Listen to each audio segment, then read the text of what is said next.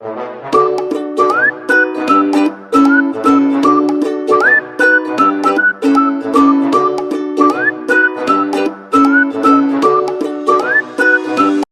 की बड़ी बहू जिसके हाथ में घर की सारी जिम्मेदारी थी, बिजली पानी से लेकर राशन तक की, जो हर चीज नाप तोल कर करती थी कि कहीं किसी महीने का बिल ऊपर नीचे ना हो जाए।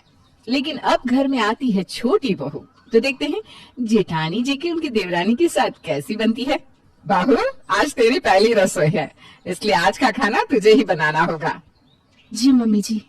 सुन बहू, तू ना आज खाने में हलवा पूरी और छोले की सब्जी बना दियो। अरे पर मुझे तो हलवा बनाना आता ही नहीं है। क्या बात है बहू, क्या सोचने लगी? कुछ नहीं मम्मी जी, बस मैं अभी जाकर खाना बनाती हूँ।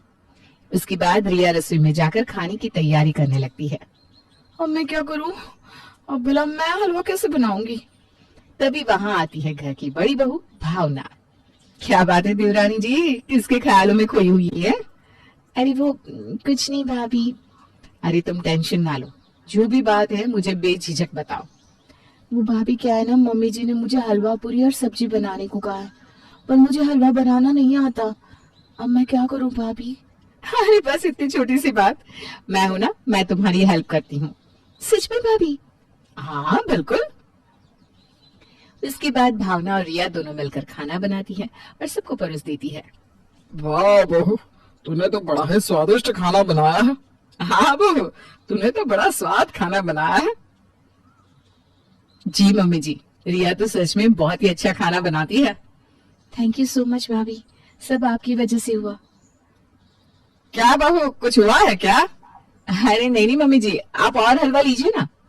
अरे बस कर बहू, मुझे क्या एक ही दिन में पहलवान बना देगी तो? क्या मम्मी जी, आप भी। कुछ दिन बाद। अब बहू तो ना ये सारे कपड़े धो दे, मैं तब तक बाजार से कुछ सामान लेकर आती हूँ। ठीक है मम्मी जी। उसके बाद भावना बाथरूम में कपड़े धोने जाती है। अरे ये क्या रिया, तुमने सारे कपड़े धो भी दिए? हाँ भाभी, पर आज तो कपड़े मुझे धोने थे ना। तो क्या हो गया भाभी? मुझे पता है आज आपकी तबीयत ठीक नहीं है, इसलिए मैंने आज आपके हिस्से का भी सारा काम कर दिया। थैंक यू सो मच रिया, ऐसी देवरानी भगवान सबको दे। भाभी, इस तरह दोनों बहुएं आपस में मिलजुल कर रहती और एक दूसरे की मदद किया करती। फिर 2 महीने बाद। अरे मैं पिछले 2 महीने से देख रही हूँ, अचानक से बिजली और पानी का बिल इतना ज्यादा क्यों आ रहा है? ऊपर से घर में राशन भी ज्यादा लग रहा है। मुझे तो कुछ करना होगा, नहीं तो ऐसे तो बिल बहुत ज्यादा आएगा। उसके बाद भावना रिया के कमरे में जाती है। अरे रिया तो अपने रूम में है ही नहीं, ऊपर से इस रूम का फैन भी ऑन है।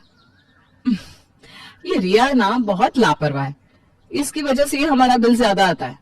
उसके बाद भावना रिया को ढूंढते हुए हॉल में आती है। रिया। जी भाभी। तुमने बाहर आने से पहले अपने रूम का फैन ऑफ क्यों नहीं किया? अरे भाभी वो ना, मैं बस 2 मिनट के लिए किचन में पानी पीने गई थी, अब वापस अपने रूम में ही जा रही हूँ, इसलिए मैंने फैन ऑफ नहीं किया। हाँ पर तुम ना थोड़ा ध्यान रखा करो, वरना ऐसे तो बिल बहुत ज्यादा आएगा।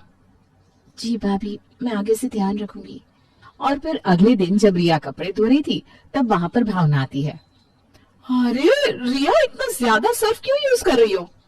भाभी इतने सारे कपड़े हैं, ऊपर से कितने गंदे भी हो रखे हैं, इतना सर्फ तो लगेगा ही ना। अरे नहीं नहीं, बहुत ज्यादा ये, इस तरह तो इतना सर्फ 1 महीना भी नहीं चलेगा, तुम जरा देख कर इस्तेमाल करो। जी ठीक है भाभी। इस तरह रिया को भावना का यूं हर छोटी छोटी बात पर टोकना पसंद नहीं आ रहा था, पर वो भावना को कुछ ना कहती। फिर उसी दिन शाम को।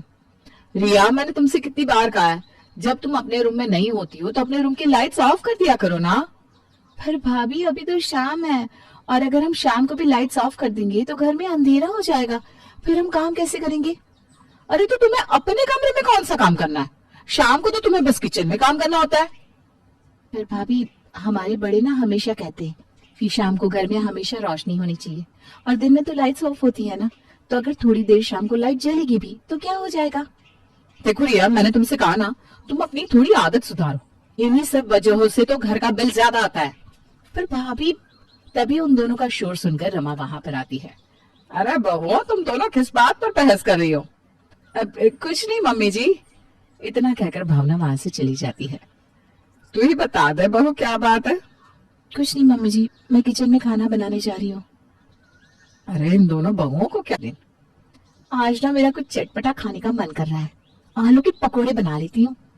रिया हॉल में जाती है जहाँ रमा और भावना टीवी देख रहे थे। मम्मी जी, मेरा ना आलू के पकोड़े खाने का बहुत मन कर रहा है, बना लूं इस टाइम? हाँ हाँ बहू बना ले, इसमें भी भला पूछने वाली क्या बात है। अब तो मेरा भी मन कर रहा है खाने का। ठीक है मम्मी जी, मैं अभी गर्मा गर्म चाय के साथ आलू के पकोड़े लेकर आती हूँ। उसके बाद रिया किचन में जाकर पकोड़े बनाने की तैयारी करती है। सोच रही हूँ क्यों ना मैं आलू के साथ प्याज और पालक के भी पकोड़े बना लूं। सही रहेगा। तब रिया आलू के साथ गर्मा गर्म प्याज और पालक के पकोड़े भी बनाने लगती है और आ जाती है वहां पर भावना। अरे रिया, तुमने प्याज और पालक क्यों काटा है? वो भाभी, मैंने सोचा कि सिर्फ आलू के ही क्यों, प्याज और पालक के भी पकोड़े बना लिए जाए। रिया, मुझे तो समझ में नहीं आता कि तुम अपनी जिम्मेदारी कब समझोगी। अरे एक तो शाम होने को आई है और इस समय तुम्हें आलू के पकोड़े खाने थे, ऊपर से तुमने इतना ज्यादा बेसन घोल दिया है। भाभी, अगर मुझे पकोड़े खाने थे तो इसमें भला कौन सी आफत आ गई? अब अगर पकोड़े बनाऊंगी तो उसमें बेसन तो लगेगा ना। तुम्हें ना थोड़ा देख कर काम करना चाहिए। तुमने आलू के साथ साथ प्याज और पालक भी काट दिया। इस पालक की तो सब्जी बन जाती और तुमने इसे पकोड़े बनाने के लिए वेस्ट कर दिया।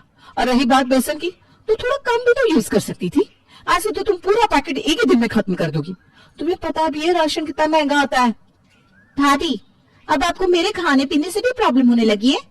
आप तो मुझे हर छोटी छोटी बात पर टूकती रहती हैं। अब खाना खाने के लिए राशन तो यूज होगा ना। तभी दोनों बहुओं का शोर सुनकर रमा वहां पर आती है। अरे क्या बात है बहू, तुम दोनों इस तरह क्यों लड़ रही हो? मम्मी जी देखिए ना, दीदी मुझे सारा टाइम टोकती रहती है। मैंने आलू के साथ प्याज और पालक के पकोड़े क्या बना दिए, इन्होंने तो मुझे 36 बातें सुना दी। अरे बहू, क्या हो गया? अगर प्याज और पालक के भी पकोड़े बना लिए तो तुझे नहीं खाने तो मत खाइयो। नहीं मम्मी जी, बात खाने की नहीं है। और तुम रिया, अगर मैं ऐसे ध्यान न रखूं ना तो पता है बिल कितना ज्यादा आएगा। मैं पिछले 3 महीने से देख रही हूँ, बिजली पानी का भी बिल इतना ज्यादा आ रहा है और ऊपर से घर में राशन भी इतना ज्यादा लग रहा है। हमें थोड़ा ध्यान रखना चाहिए ना। ना कभी तुम लाइट्स ऑफ करती हो और ऊपर से हर चीज को इतना ज्यादा भर भर कर यूज करती हो। तो मैं अकेले थोड़े पूरे घर की बिजली पानी या राशन खाती हूँ, घर में सभी बराबर यूज करते हैं ना। फिर भी आप 24 घंटे बस मेरे पीछे हाथ धोकर पड़ी रहती है। अरे तुम दोनों बस भी करो। बहू, घर में बिजली पानी राशन तो लगेगा ही, इसमें भला लड़ाई करने वाली कौन सी बात है? नहीं मम्मी जी, अगर हम कंट्रोल नहीं करेंगे ना तो इस तरफ बिल बहुत ज्यादा आएगा और फिर सारा बिल मुझे ही तो भरना है। अरे पर बहू, पर कुछ नहीं मम्मी जी, रिया को समझना ही होगा। अरे पर मैं क्यों समझूं? समझना तो आपको चाहिए। अच्छा। और दोनों आपस में बहुत ज्यादा लड़ने लगती हैं। लगता है अब मुझे ही कुछ करना होगा। इस तरह जो दोनों बहुएं पहले मिलजुल कर रहती थी, अब उनके बीच में रोज खटपट रहने लगी थी। अगले दिन, रिया बहू, भावना बहू, दोनों इधर आना जरा। जी मम्मी जी। हाँ बोलिए मम्मी जी। मैंने कुछ सोचा है, हमें हर रोज इस तरह बिजली पानी राशन को लेकर लड़ाई नहीं करनी चाहिए, इसलिए हम तीनों बिल का बंटवारा कर लेंगे। बिल का बंटवारा? हाँ, अब से बिजली के बिल की जिम्मेदारी छोटी बहू की होगी और बड़ी बहू तुम पानी का बिल भरना और मैं राशन देख लूंगी। ओह, तो अब से सबका अलग अलग बिल होगा? हाँ बहू, रोज रोज के झगड़े से तो अच्छा है कि हम सब अलग अलग बिल भरे। सबको मंजूर है? जी मम्मी जी, ठीक है। कम से कम अब शायद मुझे चैन की सांस मिल जाए, वरना पहले तो सांस लेना ही दुश्वार हो गया था मेरा। क्या कहा? अरे बस, अब सुबह सुबह फिर से चालू मत हो जाना। जाओ दोनों जाकर अपना अपना काम करो। अगले दिन जब रिया कपड़े धो रही थी, ये क्या रिया, लगता है तुम्हारी आदत कभी नहीं सुधरने वाली। तुम आज तीसरी बार पानी भर रही हो। अरे इतना पानी जाता कहाँ है? आज हमने पूरे घर की साफ सफाई की है, घर की सभी चद्दरों से लेकर पर्दे तक धुले हैं, तो उसमें पानी तो लगेगा ही ना। अरे तो थोड़ा देख कर भी तो यूज कर सकती हो तुम। क्या बार बार मुझे देख कर यूज करो बोलती रहती हो? मेरे पास भी आंखें है, बटन नहीं है, सारा काम देख कर ही करती हूँ मैं। तभी वहां पर रमा आती है। अरे अरे अब क्या हो गया, अब क्यों झगड़ रही हो? मम्मी जी, भाभी फिर से मेरे पास टोका टोकी करने आ गई है। ये कभी भी ना मुझे चैन से जीने ही नहीं देती। मम्मी जी, अगर ये इतना पानी वेस्ट करेगी तो मैं इसे कहूंगी ना। अब घर की साफ सफाई करने में पानी तो लगेगा ही ना। अरे बहू, तुम दोनों भी ना बस करो। क्या हर छोटी छोटी बात पर चिक चिक करती रहती हो? और बहू अब तो तुम्हें अलग अलग बिल भरना ही है, तो अब भी लड़ाई की कसर बाकी है क्या? जब तू भी अपना काम कर ले और रिया को अपना करने दे। पर मम्मी जी, मैंने कहा ना पर बार कुछ नहीं, जाकर अपना काम करो। ठीक है। 1 महीने बाद। ये क्या, पानी का बिल इतना ज्यादा आया है? ये सब रिया की ही करतूत है, उसने सब जानबूझकर किया है। फिर से भावना रमा के पास जाती है। मम्मी जी, इस बार बिजली का बिल कम आया है और पानी का बिल ज्यादा। ये सब ना रिया ने जानबूझकर किया है। अरे बहू, वो भला जानबूझकर ऐसा कैसे करेगी? तभी रिया वहां पर आती है और भावना की ये बात सुन लेती है। अब मिल गई तुम्हारे दिल को ठंडक। अब कहना क्या चाहती है भाभी, साफ साफ कहिए। ये देख, पानी का बिल कितना आया है। बिजली का बिल तो नहीं आया इतना। ये सब तूने जानबूझकर किया है ना, क्योंकि बिजली का बिल तुझे भरना था, इसलिए तूने बिजली कम यूज करी। हे भगवान, मैं भला बिल कम ज्यादा कैसे कर सकती हूँ? अब जो चीज जितनी लगेगी उसका उतना यूज तो होगा ही ना। मैं तो आपको समझा समझा कर थक गई हूँ। तूने जानबूझकर ज्यादा पानी वेस्ट किया था ताकि मुझे ज्यादा बिल भरना पड़े, पर मैं तुझे तेरे इरादों में कामयाब नहीं होने दूंगी। अरे बहू, तुम दोनों फिर से शुरू हो गई। एक काम करते हैं, अगर तुझे गड़बड़ लगती है ना तो अगले महीने तू ही बिजली का बिल भर दियो और छोटी बहू पानी का बिल भर देगी। हाँ मम्मी जी, मुझे तो कोई दिक्कत नहीं है। आप भाभी से ही पूछ लो, क्योंकि उन्हें ही ज्यादा प्रॉब्लम होती है। तो वो प्रॉब्लम होती भी तो तुम्हारी वजह से है। नहीं, आपको बिना वजह ही प्रॉब्लम होती है। अरे अरे, तुम दोनों ने तो इस घर को जंग का मैदान बना रखा है। मैंने नहीं मम्मी जी, भाभी ने। होता तो सब तुम्हारे कारण है। हे भगवान, अब तुम दोनों बस करो। अब से छोटी बहू पानी का बिल भरेगी और बड़ी बहू बिजली का। अब तो ठीक है ना? ठीक है मम्मी जी। इतना कहकर भावना वहां से चली जाती है। ये भावना बहू को पता नहीं क्या हो गया है। वही तो मम्मी जी, पता नहीं भाभी हर चीज का जिम्मेदार मुझे ही क्यों ठहराती हैं। कोई बात नहीं बहू, तू ज्यादा बुरा मत मान, धीरे धीरे सब ठीक हो जाएगा। देखते हैं। इसी तरह फिर से 1 महीना बीत जाता है और इस बार फिर से बिजली का बिल ज्यादा आने की वजह से भावना भड़क जाती है। अरे बहू, तो ऐसा कब तक करती रहेगी? अब घर में सब रहते हैं तो बिल तो ज्यादा आएगा ही ना। अब ये सब हमारे हाथ में थोड़ी ना है। नहीं मम्मी जी, ऐसा नहीं है। बिल ज्यादा कम करना हमारे हाथ में ही होता है। अरे हम लापरवाही ना करते हुए उनका ठीक से यूज करें, जो कि रिया बिल्कुल भी नहीं करती। हे भगवान, ये कैसे मुसीबत में फंस गई हूँ मैं। अच्छा ठीक है बहू, ये सब झगड़ा छोड़ो। तो एक काम कर, तू राशन संभाल ले, बिजली और पानी का बिल मैं और छोटी बहू कर लेंगे बस। पर मम्मी जी, इस बार मेरी एक शर्त है। कैसी शर्त बहू? मम्मी जी, भाभी को ऐसा लगता है ना कि पूरे घर का बिल ज्यादा सिर्फ मेरी वजह से आता है, चाहे वो बिजली का हो, पानी का, या फिर घर में राशन का ही क्यों ना हो। हाँ, तो वो सच्ची है।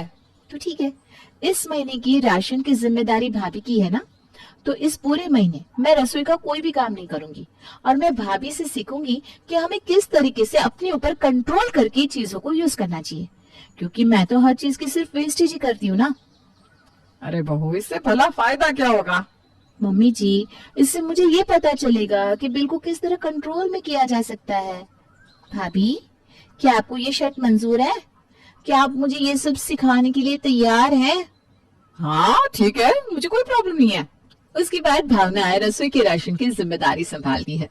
उस महीने घर में त्योहारों के कारण और साथ ही मेहमानों का आवागमन भी थोड़ा ज्यादा हो जाता है। फिर उसके 1 महीने बाद। तो भाभी, आप तैयार है?